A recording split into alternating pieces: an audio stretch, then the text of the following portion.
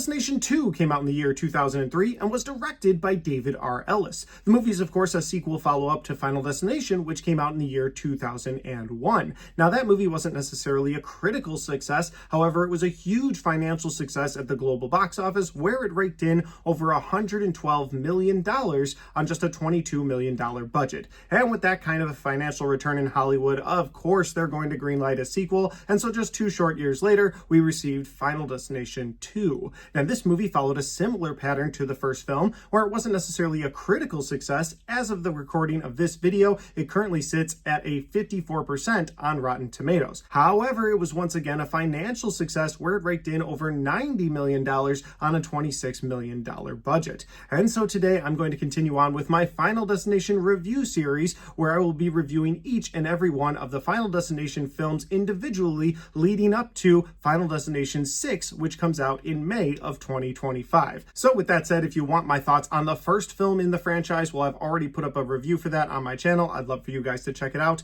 But let's talk about Final Destination 2. Here we go.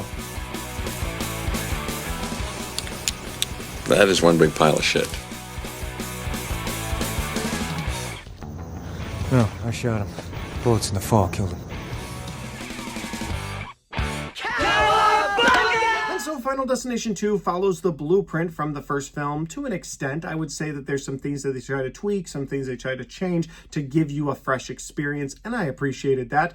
But it does try to follow that blueprint while also trying to raise the stakes, because as a sequel film, that's the sequel's job, is to take whatever stakes were in the first movie and raise them up a notch. Take whatever fans liked about the first movie and raise that up a notch. Get you invested in that second story. And again, the movie pretty much does that. It has its flaws, and we'll get to my positives and negatives in a little bit. But jumping into the synopsis of this film, the movie follows around Kimberly, who's played by A.J. Cook. And Kimberly is the character in this film that's going to have the premonition scene. And so her and her friends pack up for a road trip into their dad's truck. They drive it all the way to the stoplight before the highway. There's a line of cars behind them. And as they merge onto that highway, well, the premonition scene begins, because as she pulls into the highway, she starts noticing things, some little things that happen. Like there's a biker who's flying around people in traffic. There's one guy just straight up doing drugs in his car. The guy in the backseat of her car is smoking weed. There's just little things that happen, little events that she can see that you know, oh, okay, the premonition scene has been activated. There's a mom and her son that are driving through traffic. The road is really slick. And then it comes the log truck, the truck that would change the way that all adults now view traffic. Because let's be honest, that fear was not unlocked in anybody until you see the scene in that movie. And then from then on, if you see a truck that's hauling logs across the highway, you never want to be behind them, because we all know what happened in Final Destination 2. And then it happens. It's brutal, it's violent, and I loved it. Right off the bat, the logs split from the trailer, the chains break, you see the logs start to bump up and down the highway, and one goes directly through a police officer's car. And I love how they shot that scene. We'll get into it a little bit more later, but the log goes through that police officer's car, just annihilates him, and then it starts taking out other people in traffic, which then causes one of the biggest pileups in traffic history, including Kimberly and her friends. And just as they're about to die, she wakes up from that premonition and realizes she can't get on the highway. So while she's at this red light with a whole line of cars behind her on the on-ramp, she decides, you know what? I'm not moving. She moves the car just a little bit to block traffic. She's like, nope, there's going to be a nasty accident. I don't want to be a part of it. We're not going to do this. There's a police officer behind her. He gets out. He asks her to step out of her car, find out what's going on. So as she steps out of the car, she sees the log truck go down the highway. She's like, that's the truck. It's going to break. Like, it's going to be bad. People are going to die. She's freaking out. Everybody's weirded out. Other people that were behind her start to get out of their cars, wondering what's going on. Can we just go around her? And then it happens in real life. You see the log truck split apart, kill so many people, but Kimberly and her friends and all the people behind her are now survivors. Wow! Well, that's not entirely the case, because just as she thinks that she saved her and her friends, the police officer grabs her, pulls her out of the way because another semi was coming and it was also out of control, and it hits and kills all of her friends that were in that truck. And that's probably the biggest change from the first film. Whereas Alex in the first film got off the plane with some of his high school acquaintances, maybe some of his friends, people that he could latch onto after all of those people had died, this movie rips that away from your lead character of Kimberly. She now has to go into this fight with death with absolute strangers. All the people that were closest to her were in that truck. And so now it's just her, this police officer, and the other people that were on the on-ramp that she now has to sort of find this quick way to make a bond with, because all of them are on Death's list. And so now that Death's design has been disrupted, Death turns its focus on the survivors of this accident, taking them out one at a time in the order that they were supposed to die in the first place. And guys, that's the best synopsis that I can give you for Final Destination 2. If that sounds like a fun movie and you haven't watched this movie yet, well, I would highly recommend you check it out. Watch it on physical media if you can. If not, it is currently streaming on HBO Max. So if you've got a streaming service subscription to HBO Max, well, you can check it out there. I am going to get into my positives and negatives, but before I do that, if this is the first time you found my channel, well, I would love for you to hit that subscribe button. Check out all the different content on my channel, whether you like movie reviews just like this, or Blu-ray talk, or ranked list videos. I've got a little bit of everything on my channel, and I'd love for you guys to check it out. All right, let's get into my positives and my negatives for Final Destination 2. We're talking about a Final Destination movie. I feel like I have to open with the deaths as my biggest positive of this film, because the deaths really are brought to the next level. In the first film, you had somebody get decapitated, and of course that was a nasty scene. But in this movie, you see somebody get decapitated in an elevator. It's like the filmmakers looked at it and go, what are people afraid of doing? Crossing over into that elevator? Okay, check. Getting on the highway behind log trucks? Check. Going to the dentist? You got it. And they did. They found these chaotic situations to put the viewers in with the characters in this movie that already make you uncomfortable, and they just bring them to the next level. So again, a lady getting on an elevator, trying to get out of an elevator, gets her head caught in the doors, and it's just one of those fears that's internally unlocked. And you're like, oh yeah, what happens if I'm stepping onto an elevator and something gets snagged and all of a sudden I'm between those doors? What's going to happen? Well, they show you what's going to happen as her head is just ripped from its body. Or another character goes to the dentist, and while this isn't necessarily what gets this character, he's laying in the chair, he's got the gas on, he can barely move, the dentist gets distracted over there, and something falls into his mouth, and that thing that falls into his mouth starts to choke him, and you see his character like with his laid back like this, and he's got his arm sort of trying to get there, but he can't because he's all doped up, and he starts to choke, and it just makes that situation so uneasy, and it makes it so much fun for the viewers. And then finally, of course, that log truck scene, we gotta talk about it. So again, internal fear that nobody knew they had unlocked by this log truck. Every time you get on the highway, you're like, this could be it. This could be where the chains break. The logs are going to come flying off this truck. This is going to be bad for everybody. Let me get over 3 lanes so that I'm not directly behind this thing. And so, yeah, they did a great job giving you that new fear of something you didn't realize you were kind of terrified about. And then when it breaks, though, the death, the destruction, the carnage, the whole scene is brought to the next level like a sequel should be doing. In the first film, you had a plane that took off, and so you saw the plane explode. You saw people get ripped from their seats. People get just boiled alive by the heat. So this time around, you see some similar things. You see one guy get his face completely melted off, but you get to see that first log that goes through that police officer's car, the impact of that log hitting the police officer, and then immediately you get a view of the back of the car as the log comes through. Right before the log bursts out, you see all of his guts, all of that blood just spray out, letting you know this is gonna be a violent scene. And it really does set the tone, because then you have people on fire, you have people getting hit, you have people flying through the air, falling out of their cars. Like, it is a nasty, nasty scene, and it's done so damn well. It truly grips you, and it's done in the first 10 minutes of the movie, really sets the tone and the pace for the rest of the film. My next positive is also another thing we already talked about in the synopsis, and that is when Kimberly's friends don't survive the initial accident. I thought that was a clever, fresh way to mix it up quite a bit. Because yeah, again, you're going to get a final girl towards the end of this film. That's what most horror movies do. But this movie almost starts it that way. It says, okay, you're on your own from the get-go. You now have to earn the trust of complete strangers. You don't have 3 other people that were in that truck with you that are like, hey, we trust her, we believe in her, she's been our friend since day one, like she knows what she's talking about, listen to us. You've got like a crowd already behind you as you're trying to gather more people. Nope. All of those people are dead, so she's completely on her own. And while the police officer that saved her at the accident is the first one to really buy into what she's going through, I thought it was such a unique thing for them to do where she had to gain his trust. She had to gain the trust of everyone else. It was a fun, fresh twist that I really didn't see coming. In fact, I hadn't seen this movie in so long, I completely forgot about that. So when all of her friends get killed, I was like, whoa, that's a real big change from the first film. 2 real quick positives that I had that were just little things, but I wanted to throw them in the positives. First of all, it annoys me in horror films when a character can just jump online and start looking up things and be like, aha, this is what happened. I feel like that's a trope from the 90s and early 2000s when the internet became a thing, and so nobody really knew how it worked. So someone would go to their local library and start typing into a computer, and like they'd be able to pull up all of these nasty images, and they'd be able to pull up like all of this stuff going on because people didn't really know how the internet worked, and they were able to do that. But in this film, you have the police officer do the research, assumedly at the police precinct, and so you're like, okay, I can buy into his character having a little bit more information online.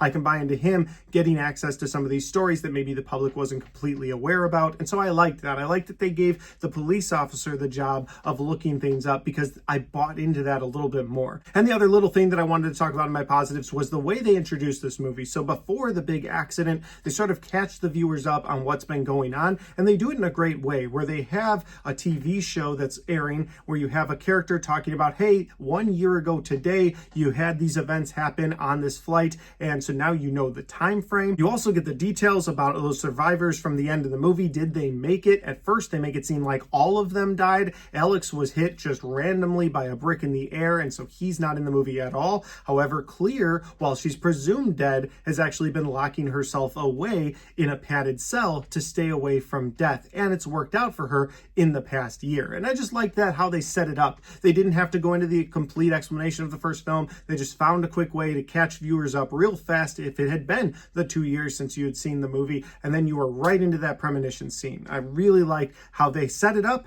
and then boom, you were right into it. And my final positive of this film was how the film tried to expand the lore in the second movie. And again, that's a job that a sequel really should do, especially if you have a lot of unanswered questions from the first film. Not necessarily answer all the questions in the second film, but just expand on them, maybe raise the stakes a little bit more while also expanding the lore. And this movie does a good job with that. Of course, they do it with Tony Todd coming back once again as William Bloodworth. He's at the funeral home. He's cremating a body this time when they talk to him, and he says something he didn't say in the last film, and that is life for a life. He doesn't expand too much, but it gives the characters enough to go on so that they start looking for what he was talking about. And as it turns out, what they believe is that there is a pregnant woman who should have died during the accident, but she's just about to give birth. So if she can give birth, giving birth to life that shouldn't have been, is death going to then break the pattern entirely and leave them alone? And that really is what rounds out the last act of this film. What I really liked about that angle is it kept you, the viewer, invested, because you're not like, okay, you know what? I know you're all gonna die. I saw the first movie. I saw the survivors think they made it. They go to Paris and then they all get killed at the end. I know they're not going to make it now. And so in the second movie, though, you now have hope as the viewer. You're like, wait, I hope they can do this. If they can break death's pattern, maybe they can get away with it and they'll now live. And so it gives you reason to be invested. And another thing that really raised the lore of this was showing that the characters have absolutely no control when it comes to how they're going to die. Death had a design. You were supposed to die that way. You didn't. Well, now death has rearranged things and you're going to die a different way and you don't get to decide. At one point, one of the characters tries to take his own life so that death can't control him. And even though the gun he's using is fully loaded, it won't go off because death has not decided that he can die yet. And something tells me if they had expanded on that a little further, like had he jumped out the window, well, there would have been a mattress below, or there would have been something that kept him alive, because that was not death's design. And I really liked that. that Death had that pattern and they really stuck to that. And so again, it just sort of expands the lore a little bit more, and I really love that about this movie. That'll lead me over to my negatives, and my first negative for this movie is the very fast pace. It's almost too fast of a pace. It almost is paced out to a fault, because while I appreciate a tight 90-minute runtime and I appreciate the story they were able to tell in here while expanding on the lore, I didn't feel like I got to live with these characters long enough because the movie was so fast paced. It opens, they explain the events of the first movie right into the premonition scene. Once the premonition scene is done, we are just hit after hit after hit of death scene, death scene, death scene. And while those death scenes are enjoyable and they were in my positives, you never feel like you get to breathe with these characters. And that's something I actually really enjoyed about the first movie, was that I felt like I got to live with Alex trying to defend himself. I got to live with Clear trying to defend herself. However, in this movie, I didn't feel like I got to live with any of the characters, not even Kimberly, the main character of this film, because everything was go, go, go. She and a lot of the survivors catch on to what Death is doing almost immediately because of the events from a year ago being so prominent, and they're like, this is happening again, so we got to save everybody. And so again, it's just hit after hit. Now that might not affect everybody. Some people might actually appreciate that very fast paced, and usually I would, but I wanted a little bit more. And maybe that's good for this movie since it created several more sequels to keep the viewer wanting more. But for me, it's a negative because again, it just was too fast of a pace. I never felt like I got to hang out with any of these characters. I felt like I was just always on the run throughout these 90 minutes. And my other negative for this film is kind of a big spoiler, but the movie's been out since 2003. So if you haven't seen the film yet, I am warning you, there are spoilers ahead, but let's get into it. My other big negative for this film would be that you have two characters from this entire film that make it to the very end. They seem to have cheated death by the very end of the movie. However, Clear Rivers from the first movie is not one of those two people, and that kind of rubbed me the wrong way. Why have Clear survived that first film? Why have Clear survived to become someone in this movie to sort of guide the people through what Death is doing, only to kill her off in sort of a dumb way? She runs into a room to check on somebody else. His oxygen tank's all messed up. You knew Death was coming for him, but when she opens that door, it triggers the oxygen tank to blow up,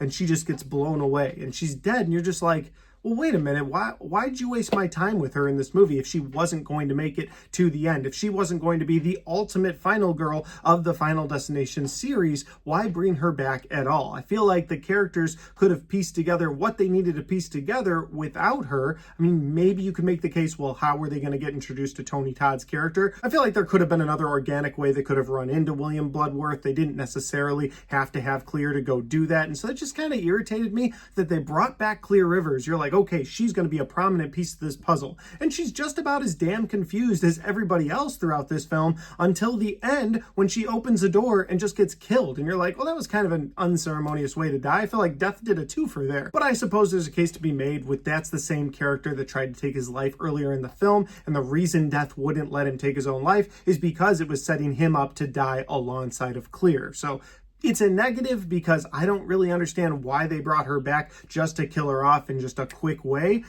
But maybe it's a slight negative because maybe on the other hand, you could say there's some events that happened throughout this film that sort of led up to that happening, and Death had a design. At the end of the day, that's what these movies are about. Death's perfect design. And so when it has to rearrange things, things are going to get a little wonky. But overall, guys, I had a really fun time with Final Destination 2. I don't think I liked it as much as the first movie. Maybe that's because the first movie was so iconic and so fresh and so unique. And this movie did follow a lot of patterns. While it tried to tweak things, while it tried to make a few changes to keep the viewer invested, which I appreciated, I don't feel like it lived up to that first movie as much as maybe it could have. That's not to say I didn't enjoy it. It's a movie I would highly recommend if you're a big fan of this series or if you're a big fan of horror films. I think you'll get some enjoyment out of Final Destination 2. But guys, those are just my opinions because that's my review for Final Destination 2. Have you had a chance to see this film yet? If you have, let me know about it in the comment section down below. Let me know if you had a chance to see this one in theaters or not. I was too young. I didn't get a chance to see this in theaters. I was only 13. My parents did not allow me to go to horror movies at 13, so I had to wait for this one on VHS or DVD, whatever I saw it on originally. But yeah, I'd love to know your first experience with this film. I'd love to know your thoughts on this film. Do you think it raised the stakes enough? Do you think it changed things enough to make it a better movie than the first film? I'd love to know your thoughts in that comment section down below. And finally, guys, if you like this video, don't forget to hit the like button because it helps the video, it helps the channel, and it helps me right here. Thanks for watching. I'll see you next time.